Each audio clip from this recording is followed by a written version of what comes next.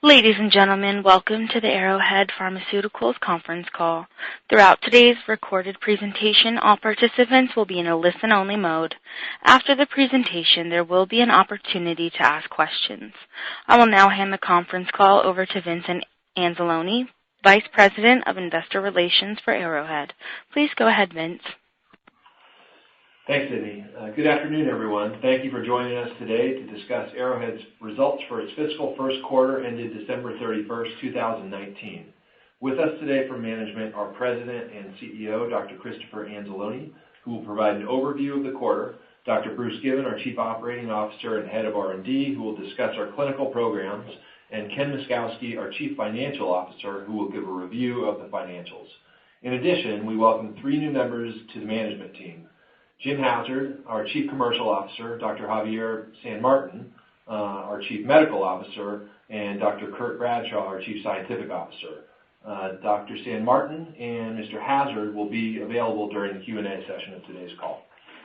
Before we begin, I would like to remind you that comments made during today's call contain certain forward-looking statements within the meaning of Section 27A of the Securities Act of 1933 and Section 21E of the Securities Exchange Act of 1934. All statements other than statements of historical fact, including, without limitation, those with respect to Arrowhead's goals, plans, and strategies, are forward-looking statements. These include statements regarding our expectations around the development, safety, and efficacy of our drug candidates, projected cash runway, and expected future development and commercialization activities. These statements represent management's current expectations and are inherently uncertain. Thus, actual results may differ materially. Arrowhead disclaims any intent and undertakes no duty to update any of the forward-looking statements discussed on today's call. You should refer to the discussions under Risk Factors in Arrowhead's annual report on Form 10-K and the company's subsequent quarterly reports on Form 10-Q for additional matters to be considered in this regard, including risks and other considerations that could cause actual results to vary from the presently expected results expressed in today's call. With that said, I'd like to turn the call over to Chris Anzalone, President and CEO of the company. Chris? Thanks, Vince. Good afternoon, everyone, and thank you for joining us today. We made a lot of progress over the last 2 years as we built clinical validation of our TRiM platform. Early in 2018, we predicted that moving TRiM into the clinic could drive substantial value for us, and that came to pass. We initiated clinical studies with ARO-HBV, now J&J 3989, and Aro Aet. That same year, Amgen initiated clinical studies with AMG 890, formerly Aro LPA. Together, we see these as first clinical proofs of concept for the TRiM platform and represent what we believe to be promising future drugs. We sought to accomplish even more in 2019. We thought we could build shareholder value by continuing development of existing programs and introducing into the clinic 2 potentially powerful cardiometabolic drug candidates. As with our goals for 2018, these 2 were accomplished. We launched a potentially pivotal Phase 2-3 study with Aro Aet. Janssen launched 2 large Phase 2 studies with J&J 3989, and Amgen continued their study with AMG 890. Importantly, we also expanded our clinical pipeline by launching Phase 1-2A studies for cardiometabolic drug candidates ARO-APOC3 and ARO-ANG3, and we reported initial data from these studies at the American Heart Association Scientific Sessions in November. This would have represented a very productive year for any company in our industry, but we were not finished. We also filed to begin clinical studies for our first tumor-targeted drug candidate, ARO-HIF2, and the first ever candidate against a highly anticipated NASH target, ARO-HSD. So how do we keep up this productive value creation? What is the growth story for 2020? We think of 3 broad value drivers. First, 2020 is the year of bringing RNAi outside the liver to address a raft of new unmet medical needs. We are clear leaders in this endeavor, and I believe we will have clinical proof of concept to silence target genes in lung and solid tumors by the end of the year. Just look at what we have done in hepatocytes, and we believe we can do the same in lung and solid tumors.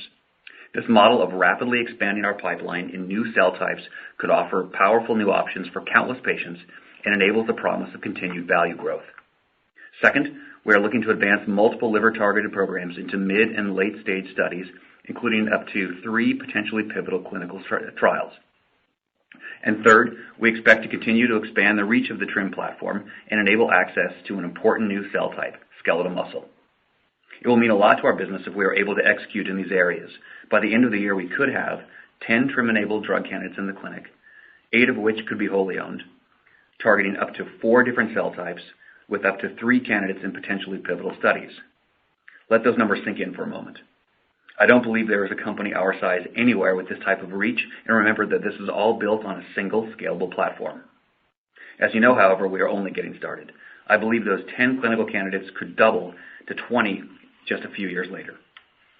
This pipeline has a healthy mix of early, mid, and later stage candidates designed to address both small, well-defined, rare disease populations, as well as high prevalence diseases. This gives Arrowhead and our shareholders a couple key features. First, it provides diversification where risk is spread out across the portfolio. Second, and maybe more importantly, it enables a consistent flow of data readouts to help demonstrate that our candidates are on the right path. But 2020 and beyond is not just a pipeline expansion story for Arrowhead. We are also making an orderly transition from a discovery and early clinical stage company into a late stage clinical and emerging commercial organization backed by a powerful discovery engine. We want to build this out in a way that values speed and execution, but also in a way that is efficient and capital conscious. We intend to partner strategically and selectively to manage risk, source capital to develop and commercialize wholly owned programs, and maximize patient access to our drugs worldwide. We will approach this phase in typical Arrowhead fashion with innovation in mind. This is a big opportunity and a big step for us as a growing platform pharmaceutical company. Let's now take a closer look at some of our progress during the last quarter and the period since our last earnings call and how this is preparing us for this next phase of growth. As I mentioned, we reported initial clinical results for our 2 wholly owned cardiometabolic candidates, ARO-APOC3 and ARO-ANG3, at the American Heart Association Scientific Sessions in back-to-back plenary presentations. These results were from the single ascending dose portions of first-in-human studies. They demonstrated robust, durable, and dose-dependent reductions in APOC3 and ANGPTL3 proteins, leading to impressive changes in triglycerides and various other lipid parameters. This is an important accomplishment by virtue of the quality of the data, the remarkable durability of the effects shown, and the power of the targets. We are now treating patients in the multiple dose portion of these studies, and while they are still ongoing, I can give you an idea of what we are seeing. In addition, Bruce will provide a bit more detail when he speaks. At a 50 milligram dose of ARO-APOC3, we are seeing reductions of around 95% in circulating triglycerides in patients with severe hypertriglyceridemia. This is, quite frankly, astonishing. To put this into perspective, one patient started the study with 4,818 milligrams per deciliter of triglycerides, and this fell to just 231 just 29 days after the first dose of ARO-APOC3. In fact, the mean absolute reduction for the 3 patients with at least 29 days of data in this cohort was minus 3,183 milligrams per deciliter. We would expect this type of reduction to have substantial clinical and quality of life impacts, particularly in patients with a history of pancreatitis. We are talking about patients with severe hypertriglyceridemia moving to relatively normal triglyceride levels extremely rapidly. This supports our plan to develop ARO-APOC3 as a focused triglyceride-lowering drug, and we expect dosing to be every 4 months or potentially less frequent. While we believe this could be a powerful drug for patients with familial chylomicronemia syndrome, or FCS, we plan to develop this more broadly to also treat patients with polygenic hypertriglyceridemia and a history of pancreatitis. This is still a rare indication, but KOLs tell us that the affected population is approximately 100-fold that of FCS, representing about 30,000 potential patients in the U.S. alone. We are also seeing promising data in the ongoing studies with ARO-ANG3. For instance, in patients who already are on statins but unable to reach their LDL cholesterol goal, we have seen a further reduction in LDL cholesterol of around 40% after short exposure to ARO-ANG3. And in patients with triglycerides greater than 300 milligrams per deciliter, we saw a 79% reduction in circulating triglycerides. One of the cohorts, still blinded, is also evaluating the effect of ARO-ANG3 on insulin sensitivity and liver fat. As with ARO-APOC3, we expect dosing to be every 4 months or less frequent. While we view ARO-APOC3 as a rifle shot against severe symptomatic hypertriglyceridemia, we are developing ARO-ANG3 as a broader market drug where genetic studies indicate it could have a profound impact even in the age of statins and PCSK9 inhibitors. Because we expect it to hit multiple pathways and pathologies, we view this as a potentially important medicine against metabolic syndrome and dyslipidemias, fellow travelers in creating cardiovascular risk. ARO-ANG3 and ARO-APOC3 appear to be powerful medicines indeed, and there still haven't been any reports of drug-related AEs rated as serious or severe, and no discontinuations due to drug. We expect to present data throughout 2020 at various scientific conferences as the studies read out. These data are providing further clinical validation for the TRiM platform broadly and the hepatocyte-targeted programs specifically. We believe Arrowhead is achieving benchmark activity, durability, and tolerability. So far, we have enjoyed very consistent and reliable translation of preclinical results in animals to human clinical studies, and this speaks to the scalability and predictability of the platform. This gives us confidence as we move into the clinic with our latest hepatocyte-targeted candidate, ARO-HSD. We expect ARO-HSD to be the first drug candidate of any modality targeting HSD17-beta13 to reach human testing. Published human genetic data indicate that a loss-of-function mutation in HSD17-beta13 provides strong protection against NASH, cirrhosis, and alcoholic hepatitis and cirrhosis, with approximately 30 to 50% risk reduction compared to non-carriers. This target has generated a great deal of unsolicited inbound interest from multiple potential partners. In December, we filed a CTA for this program, and I'm happy to report that we now have regulatory and IRB approval to begin clinical studies. I expect that dosing will begin this quarter, and it is possible that we could have some data by the end of the year. I would now like to talk about what to expect with the Aro Aet program. We are enrolling patients and continue to activate sites in North America and Europe in the potentially pivotal Sequoia study. That is a blinded, placebo-controlled study in which the last patient is to receive approximately 2 years of treatment. Because of this, it will be some time before there are any data to share, but we believe that Sequoia's structure provides us with the fastest possible path to registration. Last month, we began dosing Aro Aet 2002, an open-label phase 2 study with liver biopsies at baseline and after 6 months, 12 months, 18 months, and 24 months of treatment.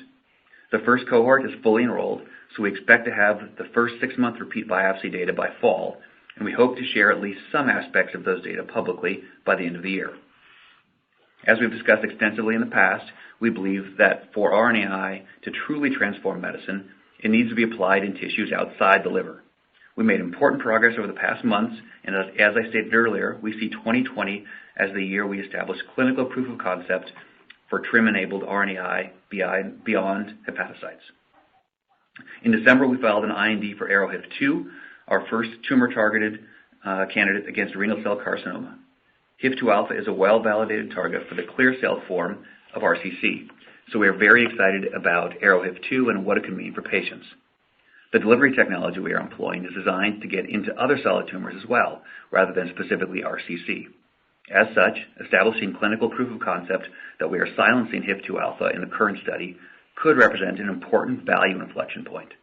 It could mean that we have a potentially important drug for RCC and a platform that can be used against numerous targets across multiple solid tumor types.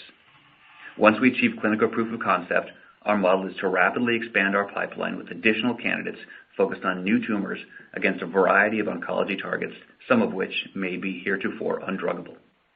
This is a potentially powerful and scalable model. So then the question is when we could achieve clinical proof of concept. I believe this answer is as early as this year. I'm happy to report that we now have clearance from the FDA to begin the phase 1 study, and we hope to begin dosing patients this quarter. Let's now move to the lung. As you know, we have been developing our ability to deliver to pulmonary epithelial cells via inhalation for some time now, with an initial focus on silencing the pulmonary epithelial sodium channel, or ENaC, for the treatment of cystic fibrosis. Last quarter, we presented preclinical data at the North American Cystic Fibrosis Conference on ARO-ENaC. We remain on schedule for a CTA filing in the first half of 2020 for this candidate. As with ARO-HIF2, we view establishing clinical proof of concept as a potentially important value inflection point. ENaC is a well-validated CF target that has been undruggable due to systemic toxicity, so we believe positive data would be a big step for CF patients with potentially any genotype. More broadly, it could serve as an important validation for our pulmonary delivery system. Once we have data demonstrating the relationship of how animal data translate to humans, we will be aggressive in pipeline expansion. There are a large number of potential opportunities in such areas as COPD, asthma, pulmonary fibrosis, and others. We are clearly creating a lot of value with our hepatocyte-directed TRiM platform, and we believe we can do the same with solid tumor and lung-directed TRiM platforms. Needless to say, everything I have described will take a tremendous amount of creative and highly integrated work.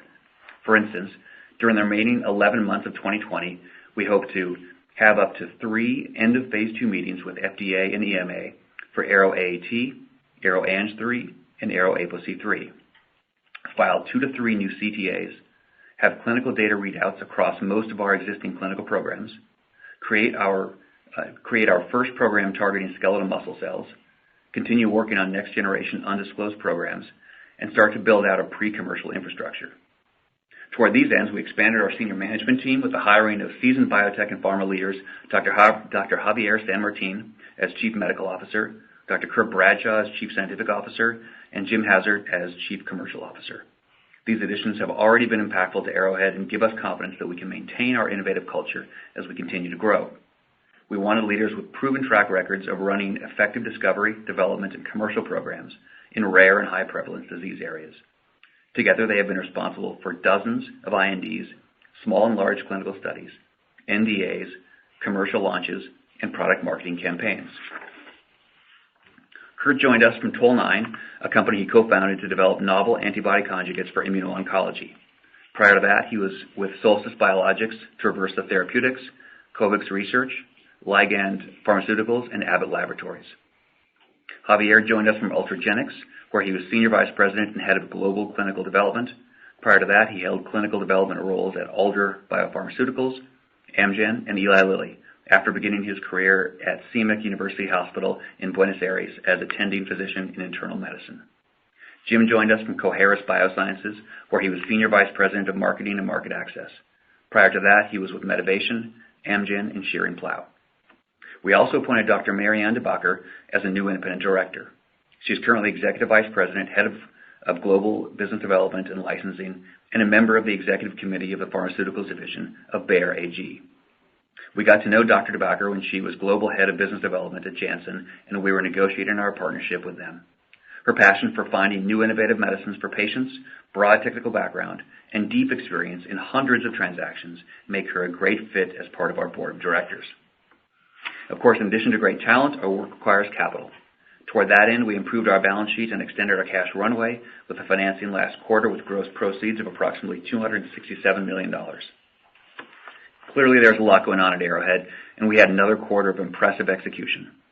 Even after much progress made in 2018 and 2019, we feel that we are still in the very early stages of growth for our company and for the RNAi therapeutics field broadly. We view Arrowhead as a clear leader in the field, and we intend to keep our foot on the gas to maintain that position. With that overview, I'd now like to turn the call over to Dr. Bruce Given. Bruce? Thank you, Chris. Good afternoon, everyone. I'll give a quick update on the status of our clinical development programs. Let's start with Aro Aet, our second-generation investigational RNAi therapeutic being developed as a treatment for the rare genetic liver disease associated with alpha-1 antitrypsin deficiency. We are currently conducting 2 clinical studies, Sequoia, which is an adaptive design, potentially pivotal phase 2-3 study, and Aro Aet 2002, which is a pilot open-label phase 2 study to assess changes in a novel AATD histological activity scale. For Sequoia, we intend to open around 40 sites in the U.S., Canada, and Europe. To review, Sequoia is designed to enroll 120 patients, with the last patient enrolled receiving approximately 2 years of treatment. The primary endpoint is the proportion of Aro Aet treated patients relative to placebo achieving a 2-point improvement in a histologic grading scale of AATD liver disease and no worsening of liver fibrosis on end-of-study biopsy. We are also moving forward quickly with Aro Aet 2002. The 2002 study is designed to enroll approximately 12 participants in 2 sequential cohorts. Between the two cohorts, biopsy data will be assessed at baseline and after 6, 12, 18, and 24 months of treatment with Aro Aet. We have fully enrolled the first sequential cohort, and all patients have received at least their first dose. The second sequential cohort is also moving quickly. We anticipate that it will be fully enrolled this quarter. This will allow us to collect the first repeat biopsy at the 6-month time point around the middle of this year. This is important because it may be the first view of what happens inside the liver in AATD patients after a therapeutic intervention using any modality. We are eager to see how Z-AAT monomer production is affected and whether the accumulated Z-AAT polymer can start to clear. AAT is a very attractive target for an RNAi-based intervention because it is primarily produced in the liver, and the misfolding of the mutant Z-AAT protein is clearly the cause of the progressive liver disease in these patients. We believe that dramatically reducing the liver production is likely to halt the progression of liver disease and may allow regression of existing liver pathology. It's also important to point out that we have previously presented clinical data showing that Aro Aet treatment led to reductions in serum AAT levels to below the level of quantitation with a multi-month duration of effect. This indicates that we may be achieving near complete suppression of the liver production. We think, for patients that are already on their way to progressive liver disease, that an intervention that achieves this high level of activity has the best chance of showing a clinical benefit. In my mind, any approach that doesn't seek to get full suppression of the mutant protein may leave patients with existing liver disease at high ongoing risk. Press releases and presentation materials on Aro Aet are available on our website if anybody wants a refresher. Now let's turn to our two cardiometabolic candidates, Aro ApoC3 and Aro Ang3. We presented data on both candidates at the American Heart Association Scientific Sessions in November. These were single-dose data from the ongoing first-in-human studies. We are in the process of generating multiple dose data in various patient populations for both candidates, which we intend to share publicly at various venues this year. Let's talk about the status of these studies in more detail and how we're thinking about the development programs moving forward. I'll start with Aro ApoC3, our RNAi therapeutic candidate targeting apolipoprotein C3 being developed as a potential treatment for patients with hypertriglyceridemia. We view this as having the most applicability to rare disease populations. Specifically, patients with severe hypertriglyceridemia with a history or at a high risk of pancreatitis. Some of these patients have a single genetic cause for their disease, such as familial chylomicronemia syndrome or FCS. But a significantly larger population has polygenic causes for their hypertriglyceridemia. Whether it is monogenic or polygenic, their disease has very similar clinical manifestations. So we are exploring various trial designs for what a pivotal study would look like. We intend to have discussions with the FDA and EMA this year and hopefully gain clarity on some key study design considerations. The current clinical study is called Aro ApoC3 1001. It is a phase 1/2A single and multiple dose study to evaluate the safety, tolerability, pharmacokinetics, and pharmacodynamic effects of Aro ApoC3. The single dose portion of the study is in healthy volunteers, and the multiple dose portion includes patients with both severe hypertriglyceridemia and familial chylomicronemia syndrome. As I mentioned, we presented single-dose data at AHA. We are now enrolling and dosing the multi-dose portion of the study in two primary patient populations. There are 4 cohorts of patients with elevated triglycerides above 300 milligrams per deciliter to give a detailed view of dose response in a patient population. One of the 4 cohorts has been enrolled and dosed, and we are working on completing the other 3 cohorts. To accelerate completion of these cohorts, we are now opening Canadian centers where there is a very important founder population. There is also one cohort of patients with severe hypertriglyceridemia above 880 milligrams per deciliter. This is the patient population I discussed earlier, where they may be monogenic, such as FCS, or polygenic. This cohort has 5 patients enrolled, 3 of which are through at least their first month of therapy. Let me give you a flavor of what we are seeing. These 3 patients have starting triglycerides in the thousands and responded to 50 milligrams of ARO-ApoC3 with a mean maximum 97% reduction in ApoC3. This has resulted in a mean maximum reduction in triglycerides of 95%, with an absolute mean fall greater than 3,000 milligrams per deciliter. We look forward to the opportunity to present these data at a medical meeting this year. Now let's turn to ARO-ANG3, our RNAi therapeutic targeting angiopoietin-like protein 3, or ANGPTL3, being developed as a potential treatment for patients with dyslipidemias and possibly metabolic diseases. The current study is called ARO-ANG1001. It is a phase 1/2A single and multiple dose study to evaluate safety, tolerability, pharmacokinetic, and pharmacodynamic effects.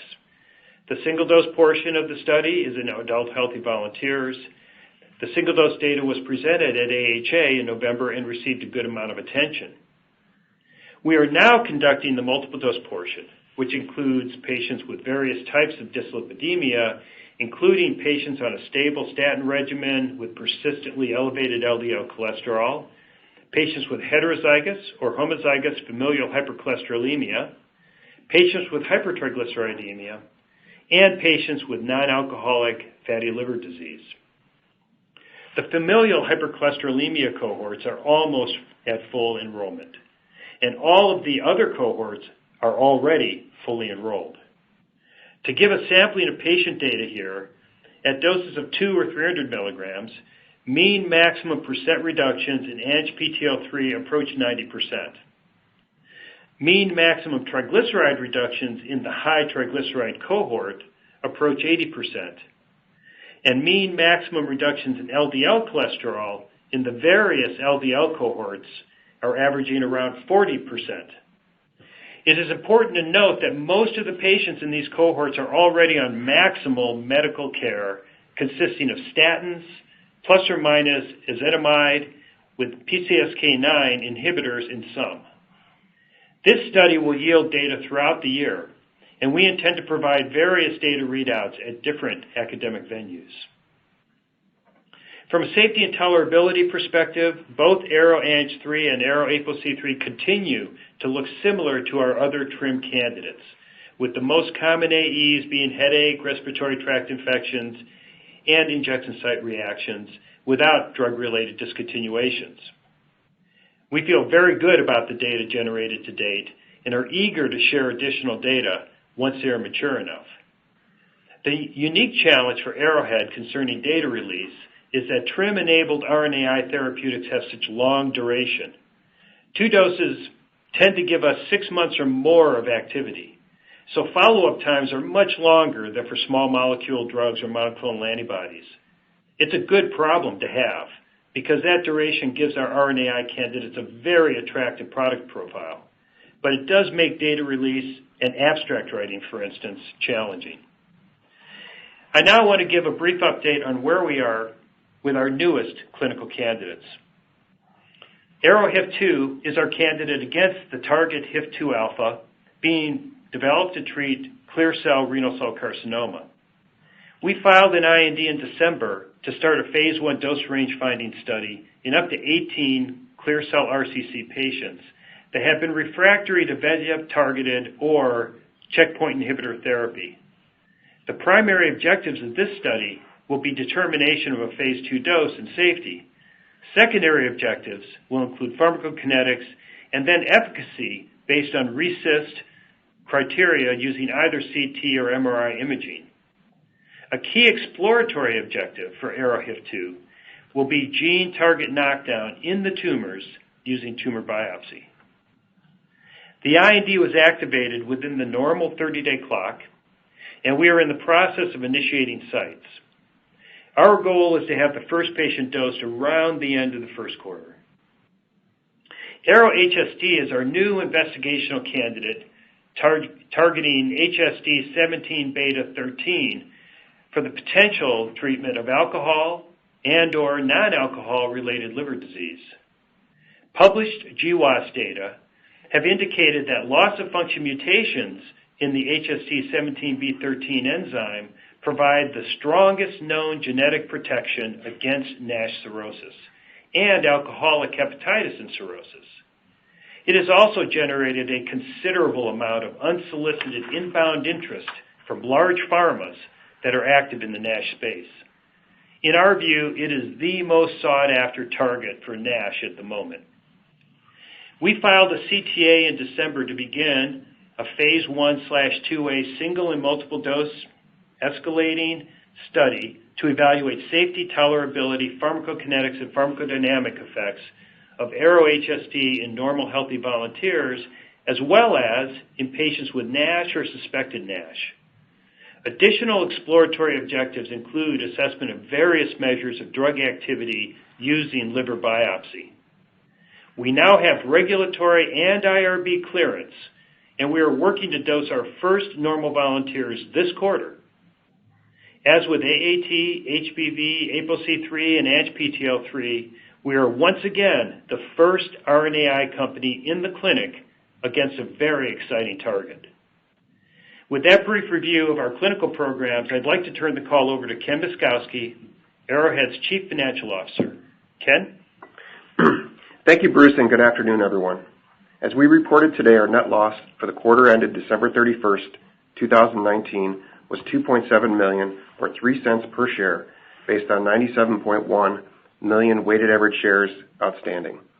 This compares with net income of $12 million, or 13 cents per share, based on 95.6 million fully diluted weighted average shares outstanding for the quarter ended December 31st, 2018. Revenue for the quarter ended December 31st, 2019 was $29.5 million, compared to $34.7 million for the quarter ended December 31st, 2018. Revenue in both periods relates to the recognition of a portion of the upfront payments and milestones received from our license and collaboration agreements with Janssen as we continue to work toward completing our performance obligation of managing the current phase 1/2 HBV clinical trial. Revenue from the Janssen agreement is recognized based on our estimate of the proportion of effort expended toward fulfilling our performance obligations, primarily overseeing the completion of the current phase 1/2 HBV clinical trial. We expect the remaining $54 million of deferred revenue to be recognized in this calendar year. Any additional milestones achieved with Janssen or Amgen would be additive to this projection. Total operating expenses for the quarter ended December 31st, 2019 were $34.3 million, compared to $23.7 million for the quarter ended December 31st, 2018. This increase is primarily due to increased clinical trial and toxicology costs as our pipeline of clinical candidates has increased. Increased personnel costs in both R&D and G&A also drove the increase as our headcount continues to grow. Net cash used by operating activities during the quarter ended December 31st, 2019 was $23.5 million, compared with net cash generated by operating activities of $168.3 million during the quarter ended December 31st, 2018. The key driver of this change was the $175 million upfront payment from Janssen last year. We estimate our near-term cash burn to average $25 to $30 million per quarter. Turning to our balance sheet, our cash and investments totaled $528.3 million at December 31st, 2019, compared to $302.9 million at September 30, 2019. The increase in our cash and investments was primarily due to the December 2019 equity financing we completed, which generated $250.5 million in net cash proceeds for the company. Our common shares outstanding at December 31st, 2019, were $101.1 million. With that brief overview, I will now turn the call back to Chris. Thanks, Ken. I've talked in the past about this being the beginning of a golden age for RNAi as a therapeutic modality. I believe this. I also see Arrowhead continuing to push the RNAi field forward and developing many important and differentiated medicines that help countless patients without adequate treatment options. This is what drives us every day and keeps us focused on our long-term goals. We are doing something very important in a way that no other company, even in the RNAi field, has been able to match. Our drive toward innovation and finding a way, even when the way is not clear, is a hallmark of the Arrowhead culture. 2020 is another opportunity for us to demonstrate that. We believed we could achieve great things in 2018, and we did. We believed we could achieve great things in 2019, and we did. We believe we will achieve great things in 2020, and here are some of our goals. To file 2 to 3 new CTAs, initiate 2 new potentially pivotal studies with Aro ApoC3 and Aro Ang3, move Sequoia into the pivotal portion of that study, initiate our first pulmonary clinical study with Aro ENaC, establish clinical proof of concept for lung delivery, establish clinical proof of concept for solid tumor delivery, generate our first clinical candidate targeting skeletal muscle, share clinical data throughout the year from the following programs: Aro ApoC3, Aro Ang3, the Aro AET 2002 open label study, Aro HIF2, Aro HSD, and Aro ENaC. We believe these are all substantial value drivers for us, and we are excited to go after them. Thanks again for joining us today, and I would now like to open the call to your questions. Operator? Thank you. Ladies and gentlemen, if you would like to ask a question at this time, please press star 1 on your telephone. To withdraw your question, please press the pound key. Once again, that is star 1 to ask a question. Our first question comes from the line of Edward Tenthoff with Piper Sandler. Your line is open. Great, thanks. Can you hear me okay? Yes. Hey, how are you guys? Congrats on all the progress. Really exciting to see as you guys continue to go deeper and further into the clinic. Question on alpha-1 antitrypsin. I'm curious if with the competitive programs, both small molecule and other RNAis, whether you're having any trouble finding patients and whether you're seeing that impact registration at all. Maybe you can just kind of lay out how you see the landscape between RNAi mechanism and the orals. Thanks so much. Bruce, you want to take that? Yeah, thanks, Ted. I don't know that we've seen that really showing up yet in our space. I think with respect to the other RNAis, they're just in phase 1, and so they don't have a very broad, footprint at all, I would say. So at this point, I don't really see them as creating any meaningful issue for us. We certainly haven't perceived that. With respect to the oral, I think there's a lot of confusion on the street about that. I don't think that there's really a whole lot of confusion, at least yet, in the investigator community that I can see. We don't think it's actually going to be a competitive mechanism because we don't think there's going to be enough clearance of the monomer from the liver to really allow the livers to heal. That's of course unproven at this point, but we kind of feel like judging from what we've seen in infectious hepatitis, for instance, that you really need to remove the insult, to allow the livers to heal. That's our belief. So we think a partial improvement in the amount of monomer in the liver is unlikely to allow livers to heal over any sort of reasonable period of time. Maybe over a period of 5 or 10 years, an approach like that could be helpful, but we don't see it in a meaningful clinical trial setting, being a very competitive therapy. So we don't really see the orals as likely to, in the end, from a clinical trials perspective, be very successful. But we do recognize that there's a lot of noise out there and a lot of confusion, and I guess it's incumbent upon us to try to help clear up that confusion. And just to put a finer point on the clearance issue, look, the alpha-1 antitrypsin is thought to be the second most abundant protein in the body. It's thought that the liver is making about 2 grams of this a day, and so it will take an awful lot of a corrector to move that out of the liver. We know from our data that we are probably silencing that almost completely within the liver. Okay, cool. Awesome. Thank you so much, guys. Thanks, Ted. Thank you. And our next question comes from the line of Alethia Young with Cantor Fitzgerald. Your line is now open. Hey, guys. Thanks for taking my question. Congrats on the progress with the cardiometabolic platform.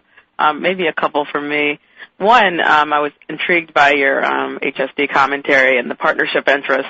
I was just curious if this is an asset that you might think about kind of commercializing a little bit further, or is it something that you would think about kind of potentially partnering earlier? And then I had another question on, you were talking to potential non-liver catalyst on data. I just want to make sure I had it right for my own purposes, that we could get some data on HSD and which one was the other one? Not ENaC, right? And I think we had the 2.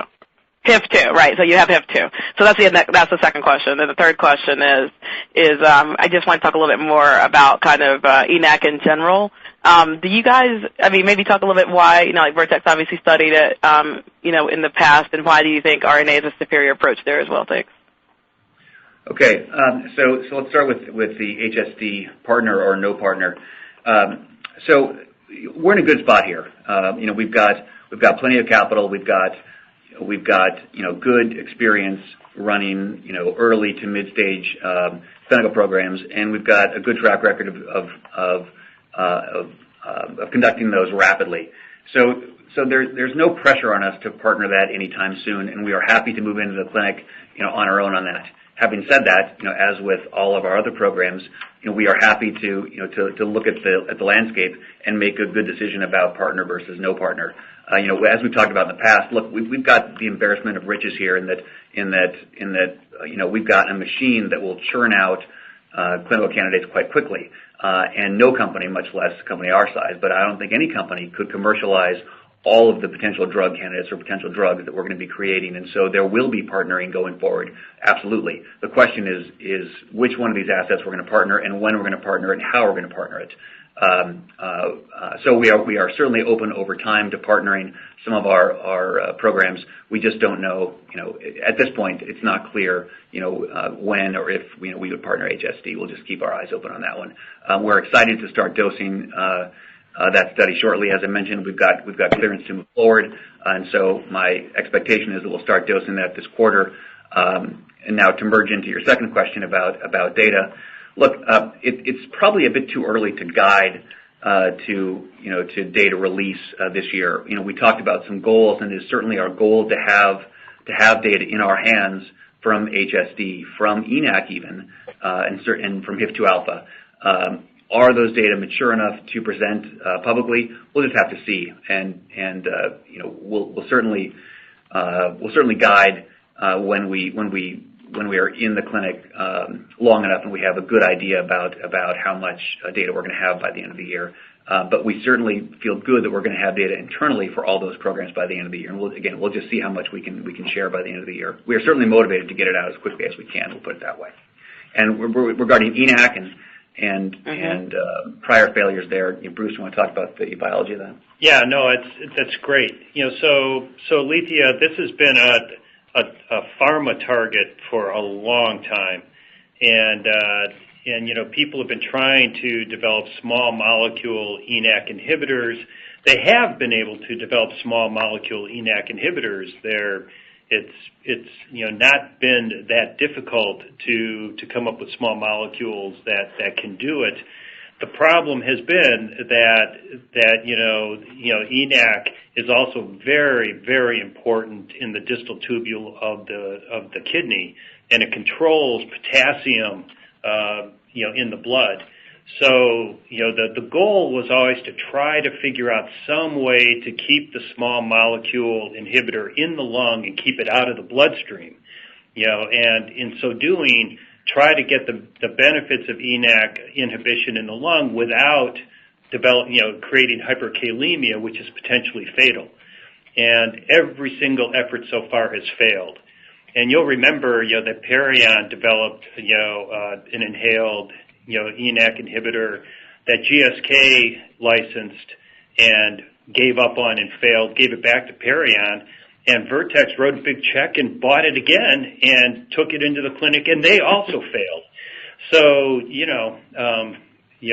which also, by the way, there's been a little bit of dialogue of why do you need ENaC inhibitors in the age of correctors, and I would just remind everybody that even Vertex thought that this was a very important mechanism to have their hands on. Even after it had failed in GSK's hands, they wrote a big check, to go and fail again with it. So the small molecule inhaled inhibitors have all failed because you just can't keep them out of the bloodstream. Well, so why is RNAi the right approach? Because RNAi does not passively cross cell membranes. The only way you get it into a cell is with ligand-mediated delivery. So we are using a ligand receptor combination that doesn't exist in the liver, and for that reason, even though some of ours gets into the bloodstream, it doesn't get into the distal tubules. And, we've never been able to, no matter how much we poured in, to animals, we've never been able to get any knockdown in the kidney. And nor do we expect any. So, that's what makes it so perfect for RNAi. Not to mention the fact, that these CF patients, are having to nebulize multiple times on a daily basis. And the thought of having an effective agent that they could nebulize once every few weeks, one time every few weeks or something like that, or even if it was 3 days and then they didn't have to do it for another few weeks or a month, that's also just from a patient convenience and benefit perspective is great as well. But the big advantage, for ENaC will be, that the therapeutic index around this concern about hyperkalemia, so far, we've never been able to see a problem, including our toxicology studies. So that's the reason, Lethia. This is probably the only practical way to successfully go after this particular target. Awesome. Thanks for the color, guys. Keep up the good work. You bet. Thank you. And our next question comes from Maury Raycroft with Jefferies. Your line is open. Hey, everyone. Congrats on the progress, and thanks for taking my questions. To start, so the data that we're looking at in the press release for ANZ3 and ApoC3, that's all single dose data, right? Maury, actually, some of that data is from the first dose, and some would be after the second dose. Remember, we're dosing on day 1 and then 4 weeks later, and just thinking that that's probably going to give us a maximal knockdown, and then we'll follow that out to understand what our true duration is going to be, in chronic dosing. So, some of this data, is just from the first of those 2 doses, and some may be in that second dose. We're in the active follow-up phase. So this is just a first look. Got it. So it's somewhat of a hodgepodge of data, and then I guess will you provide more details on this at ACC, and then what other details do you plan on providing at the ACC meeting coming up? So it's not clear. We will not be providing more data at ACC on these. We do expect to provide complete data sets throughout the year at various conferences. We'll just see when the data are mature and how that corresponds with various conferences. ACC, it looks like, is just going to be a bit too early for mature data for these programs. Got it. Okay. And then I know we don't have a whole lot of details from the Ionis-Exia ANZ3 program that top line recently. I guess, what are your views on their lack of liver fat or A1C changes? And did you learn anything strategically from their top line update that you can potentially incorporate into your program that could increase chances of detecting liver fat reduction and or metabolic changes? Yeah, look, so we didn't learn anything from that because we haven't seen the data. We'll just have to wait to see what that looks like when they actually provide data. But I will tell you, broadly speaking, we feel that when you can use RNAi, it is as a class a potentially more powerful tool than antisense oligos. We feel strongly that we should have generally a better safety profile than antisense. We feel like we should have a better dosing schedule than antisense, and then we'll see what the activity looks like, with antisense versus RNAi. So far, we look at least competitive and maybe sometimes better. Got it. Okay. And then for the NAFLD patient cohort, are you only dosing those patients twice, so once per month, and then you unblind them, or how many months can you dose them? Right. So it's 2 doses. The first dose and then a second dose 28 days later. But we're doing MRI PDFF. I think on day 71, and then a second on day one. I'm looking at Javier here. 169. 168, yeah. 168, yeah. 168, 169. So that, which just attests again to the incredible durability of RNAi. So we'll have 2 shots to take a look here at MRI PDFF liver fat. Got it. And last question is just for the patients in the press release, if you can say whether you're seeing a dose response for ANG3, and is the 50 mg dose for ApoC3, is that likely the go-forward dose that you're going to use? I think we're 50 is certainly a good dose. Whether in the end it could wind up being as low as 25, we'll have to wait and see. I think at this point we don't have our full dose response data, for ApoC3 yet. For ANGPTL3, we have more dose response data, and I think it's fair to say we're probably seeing a dose response for ANGPTL3 levels. I don't really think we're seeing a dose response for other parameters, as best I could tell at this point. But I would say that we obviously had enough data that we felt very comfortable doing this preliminary release. I don't feel like we have the fullness of the data for full depth and duration and full dose response. And where dose response may really show up, maybe in duration, not so much in maximum depth, for instance. So, we have more to learn here, all of which is going to be really interesting and I think fun. But what we have already, we thought was frankly, of sufficient importance that we should go ahead and top line, a few of the key features today, just because it really was so impressive. It kind of felt wrong to sit on it. Got it. That makes sense. Congrats again, and thanks for taking my question. Thanks, Maury. Thank you. And our next question comes from the line of Mayank Mamtani with B. Riley FBR. Your line is open. Thanks for taking my question, and congrats team on a productive quarter, and great to have Jim, Javier, and Kurt joining the team. Quick one for Bruce. On AAT, on this end of phase 2 meeting in fall, could you maybe talk about from a efficacy from a 6-month readout and also from a lung safety standpoint, what are some of the considerations you may have from a data review with the agency standpoint? Well, so I think we'll be wanting to hold that data, that meeting, after the part A is complete and we've got the 36, subjects and the DSMB has selected a dose. At that point, we'll of course have, for us, we'll be blinded, but we'll at least have data on, any serious AEs, for instance, whether we're seeing any sort of pulmonary issues. And the FDA will have, the unblinded data, so they'll actually, have data we don't have. But I think it's an opportunity then to check in with them, see how they're feeling at that point. and also to discuss other elements of the program, potentially beyond just Sequoia.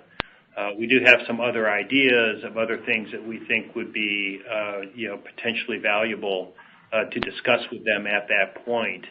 But presumably the DSMB will have chosen the dose, the final dose that's going to be used in Part B, and the FDA will have been comfortable with that, and that's a good time, I think, to sit down with them and make sure that we've sorted through everything else that they might want in an NDA, and expect. Okay, great. Great. And then on the HIF2, can you remind the dosing and duration that you're pursuing, and maybe the frequency of scans you're doing in that cohort? Oh boy. So 13.5 mg per kg weekly. Weekly, right? IV, of course. Yeah. And what about frequency of scans? I want to say it's like every 6 weeks or something, isn't it? Weeks, yeah. Yeah, so the scans they're every 6 weeks, and the frequency of dosing is initially weekly at least. There are provisions and thoughts in there that, depending on what we see, we may stretch that to less frequent dosing. It's cancer, so we just want to be sure, to the extent that there's any cell division going on, that we're having a chance to hit those new cells early, which is why we're doing weekly. I mean, we certainly expect duration longer than that in the cells that have been dosed, but given proliferation in cancer, we're at least starting out with weekly dosing. We have the biopsy. Right. Great. Just one final one on HSD, and maybe could you talk in context of alcoholic liver disease? Obviously, I mean, NASH, there's a lot to go around for the strategics. Could you maybe talk how the inbound interest is from an alcoholic hepatitis standpoint, which again can be fatal and very costly to the system too? Yeah, thanks. And that's an interesting. It's certainly an interesting set of patients to go after, and the GWAS data are at least as compelling in those groups as they are for NASH, potentially even more compelling. So I appreciate you are bringing up that patient group. It's one that we are thinking about, certainly. Beyond that, I really don't want to get into any discussion about what companies may or may not be interested in. It's still early days, and as I mentioned, we are not actively looking to partner that at this point. The take-home message there is that we think it's a very compelling target, and we are the first ones of any modality in the clinic against that target. And so I think we've got a pretty interesting asset. At some point, it may be right to partner, but at this point, we're happy to go ahead and start those studies. Yeah, and the key thing we're trying to learn in this study is depth and duration, and of course dose for patients. And we don't really have any reason to believe that any of those would be different in a NASH population versus an alcohol population. So we felt that the NASH population was maybe the best population to go ahead and do our biopsies and understand the relationship of dose to depth and duration of knockdown. So we think that would apply equally in alcohol, and that decision of NASH versus alcohol doesn't have to be made now, and we just thought this was the best population to do this study in. Got it. Thanks for taking my questions. Sure. Thank you. Thank you. Our next question comes from Esther Rajavelu with Oppenheimer. Your line is open. Thanks for squeezing me in, guys. Bruce, can you quickly share any information you have on the respiratory tract infections in the two studies that you press released? And for the ANG3 study, have you seen any liver tox signals? I think there was a case of an ALT elevation in the healthy volunteer portion. So let me take the second one first. I don't think we are perceiving that we have a liver signal. We we see transaminase increases in normal volunteers. We see it in placebo. We see it in active. It's a chronic problem in the industry, because normal volunteers tend to occasionally have a exciting weekend, and they could come in with a pop in their transaminases. But we have not perceived a signal at this point. I would say with any of our drugs, that we're concerned about is a drug-related signal. So nothing that's worrisome yet. That doesn't mean, of course, that once you have a database, an NDA database of 1,000 or more patients, that something may not show up that gets your attention. But so far, we're not perceiving that we have an LFT issue. Now, could you be a little more specific on your question about infections? Are you talking about in the AAT patient population? Can you be a little more specific about your question? Yeah, the Aro-Ang3 and the APOC3, the press release indicates sort of... Oh, you're talking about the upper respiratory tract infections? Yep.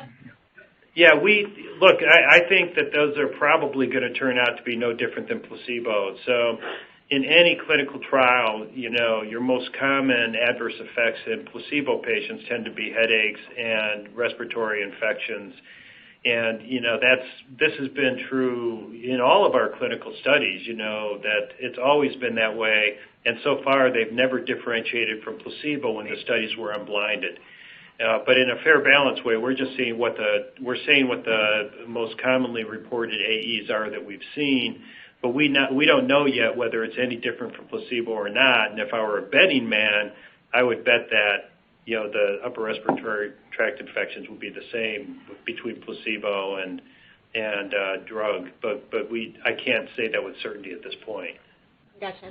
And then in terms of the data readout and the maturing of the data, can you maybe help us? Can you maybe just kind of help us be a little bit more specific on the timing? I mean, are you waiting for these particular set of patients, or are you kind of planning to dose more patients before you can release the data? Is it first half, second half? No, so, we wrote an abstract for ACC, but that abstract was written like a week after or 2 weeks after the AHA, and at that point, we had very little. Here now we're 2 months later, and we have quite a bit more data, so we had enough that we could, do this, and we could certainly now write abstracts, for future meetings. And we like to present our data at academic meetings, as you know. That has been our tendency generally, unless we were sort of in a situation like we are now where we have really interesting data, but we kind of don't have a forum in which to present it in the near term. But I think, there are meetings that come up, in summertime and late summer and in the fall, and we could certainly write very interesting abstracts right now, and will be, but we kind of got caught here in the middle, and the abstract that we wrote, the late breaker we wrote for ACC, we knew was going to be pretty borderline because we just had so little patient data at that time. Gotcha. Okay. And then maybe one for Ken. Can you talk about how we should be thinking about OpEx, specifically R&D spend over the course of the year, with some of these CTAs and phase 1s getting started? Sure. So our R&D spend for this quarter was $23.4 million. About $21 million of that was kind of cash expenses, excluding our R&D depreciation and stock comp.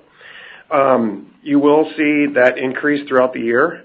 And if you look at our cash burn, we're looking at, let's say, $25 to $30 million per quarter. And that's sort of a steady state as you're thinking about the course of the year, for the rest of the year? Yeah, we'll see that increase a little bit, but we think it's going to stay in that range for the rest of this fiscal year. All right, thank you. Thank you. Thank you. And our following question comes from the line of Kie Nakai with Chardon. Your line is open. Just with respect to HSD, can you now tell us a little bit more about the protocol for the NASH patients and maybe specifically the timing of the biopsies? Bruce? I'm sorry. So the timing of the biopsies, we have an early biopsy that's around, I'm looking at Javier here, that's around 6 weeks.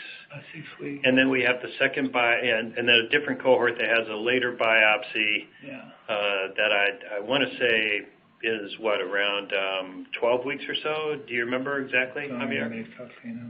Yeah, I'm sorry. It should be on our clinicaltrials.gov. I think it's not. But anyway, we're trying to look at depth, around when we think would be peak effect, which is usually around 6 weeks, and then duration, we're stretching out closer to 3 to 4 months, to get a sense of duration. But it's a challenge, of course, because we can't do multiple biopsies the way we can do multiple blood tests for other things.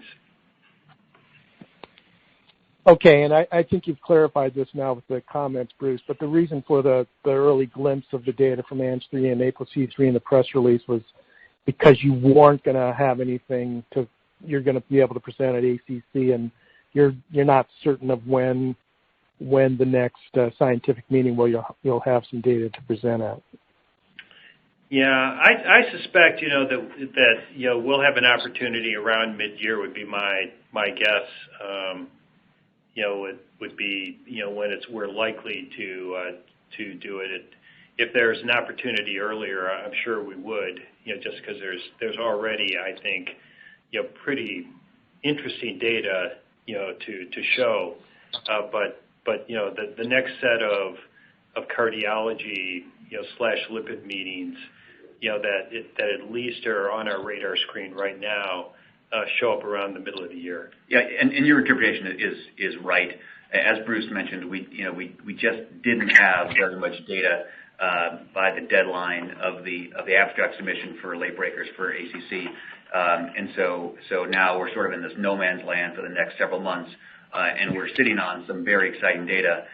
So it made sense to give you a flavor for it, so you can see that these drug candidates are working at least as well as we expected, and frankly a bit better than we expected. And then you'll have a fuller data set later in the year. Okay, very good. Thank you. Yeah, frankly, that ApoC3 data kind of blew us away. Yeah, it's shocking, right? Thank you. And I'm not showing any further questions at this time. I would now like to turn the call back to Chris Anzalone. Well, thank you very much, everyone, for joining us today. We look forward to seeing you next quarter. Ladies and gentlemen, this concludes today's conference call. Thank you for your participation. You may now disconnect.